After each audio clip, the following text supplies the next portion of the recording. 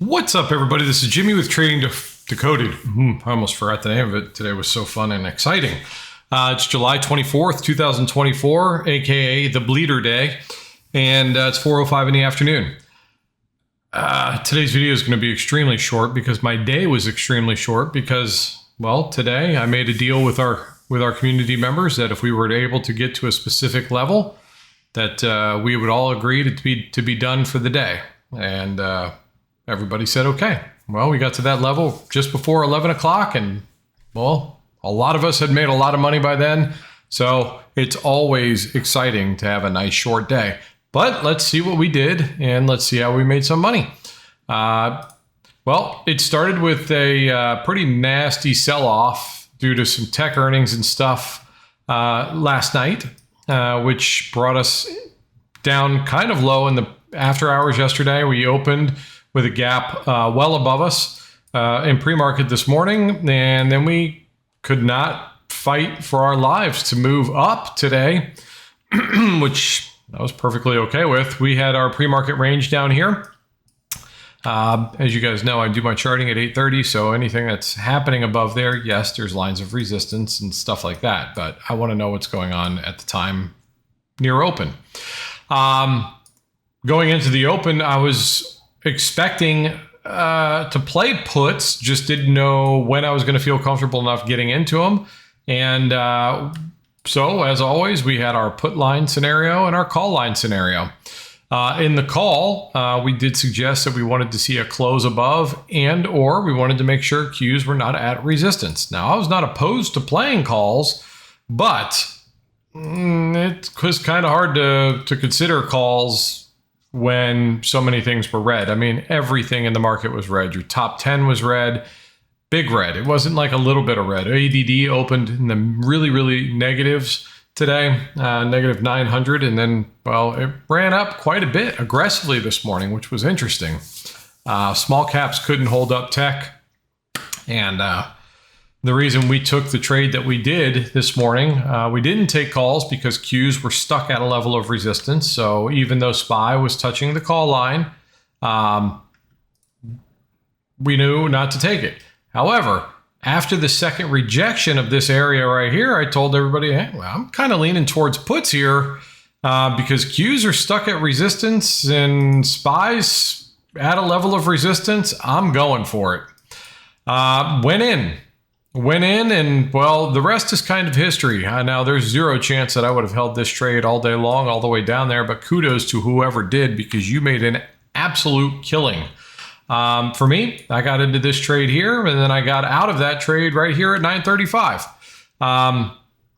The reason is because at 935, I believe the Qs were coming down to their next support. Yeah, they were getting close to their next support. ADD, my biggest problem was ADD was aggressively pushing up. And not that ADD gets me into or out of trades.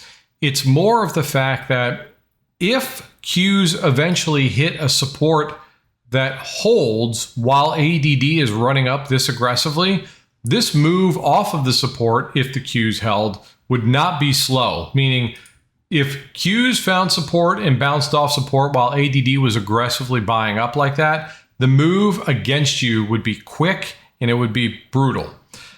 I was more afraid of ADD kind of hinting at the idea that there might be a support coming up on the Qs that might hold and bounce us off. So I was just trying to maximize this first trade of the day. That trade right there ended up netting me 53.7% from top to where we got out. Now, we did have several people hold those puts for much, much longer. I think we had some people with 155% wins, some people with 300% wins, some people with 30% wins. Okay. The point was we found a good entry. We found the right reasons for that entry. And if you stayed in because you felt good, you made a boatload of money on your investment. The second trade that I took wasn't in here, okay, because we had 945 reports coming up, so we were a little worried about 945. Didn't want to jump into a trade prior to 945. We held this nice resistance right here. Qs, same thing. Qs were stuck under this line of resistance right here. And I told everybody, hey, reports are gone. If we can close below the support, and I'd prefer to make the next support resistance, I'm going to go in for my second trade. I got in here at 948. We had other people getting in at 946. Again, everything was looking good to the downside. Okay. Nothing in the top 10 was attempting to be green. ADD, which is the small caps usually, were running up. Okay. But that didn't last forever either. Shortly after the report, well, actually shortly before the report, we started to print some red candles, and then boom, we got confluence. When you've got sell-offs or downtrend, especially an aggressive one like this on the Qs, and then this is happening on ADD, by God, definitely don't play calls, number one. And if you're in puts, hang on for the ride. Just hang on for the ride, okay? I got in here. I ended up getting out here. Not because I didn't think it had more potential move to the downside, simply because we were coming up on 10 o'clock, and I don't like to hold through 10 o'clock candles, period. That's just me. You guys can do what you want to do. It's something I tell people every day. Guys, it's 10 o'clock. We're coming up on it. If you're in profit, put a stop loss in place in case it reverses on us. Otherwise, get out of your trade with the profits. If you got in anywhere up here, or you were still in from up here, you're up so much money down here.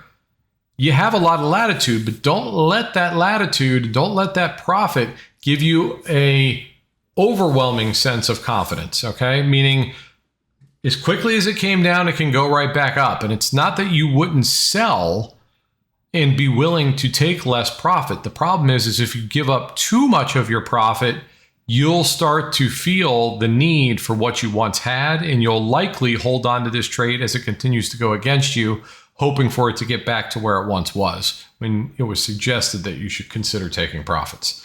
That's the danger, okay? So put a stop loss in place so that it's out of your control. If it stops you out, it stops you out.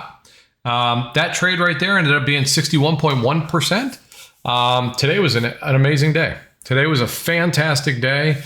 For most everybody in our community, we had a very good poll today. There were some people who attempted calls, I think, somewhere along the lines, which was absolutely crazy to me. But the last level that we were looking for on the Qs was right here. I told everybody, if we get through 471.95, our next target down is 468.77, and that's a hell of a long way to go. And when we started to chop along and rejecting this line here, I made that deal that I talked about at the beginning of this video. Hey guys, are we willing to call it a day if and when the Qs make it all the way down to 468.77? Everybody said yes. We watched it happen, and it was at 10:48 this morning that we hit that line. We talked for a couple more minutes after, and then I was done. Beautiful, beautiful move to the downside. ADD, nice move to the downside and never really recovered. They tried to bounce back several times, but the Qs were just too heavy. The tech dragged the entire market down, even when small caps was trying to go up. Now, equivalent line on SPY was, where was it? Was all the way down here. Okay. We were looking for this. In fact, no, that wasn't it. It was right here. We said if the Qs can make it to that line, SPY would most likely make it to this. That's why there's an alert on that line. And it did. So we were, dude, it was just a fantastic, fantastic day. The last thing I'm going to tell you guys is right after I left, and this is just all fun and games, I told everybody, Steve, I'm going to leave alerts on some lines for these guys so that Steve knew where to take the charts, even though I was gone asking for the charts for more. 543.69 was a line I suggested after I left at 1048 we were likely to get down to. And the Qs, we drew one right down here at 466.81. As you could see, I stopped drawing lines because I wasn't here to do it. But before I left at 1048, I added these for these people. And I said, guys, I'm looking for the Qs for 466.81, and I'm looking for SPY to 543.69. Good luck, have fun. And lo and behold, the Qs got to their line first, but look at this. We bounced off of it, stayed below resistance, bounced off of it, lower highs, then it broke. What a fantastic day. If you had a put bias, today was your day. If you have a call bias and you tried to play calls, you got bludgeoned today. With that said, I hope you found some useful information in this video. If you did, please like, share, and subscribe. If you'd like to join our Discord community, well, we'd love to have you. There are links down below. First week is completely free. And if you like what you get for that free week, consider becoming a paying member. If you don't, thanks for stopping by. And I hope you all had a fantastic day today. And till tomorrow, I love you guys. See you.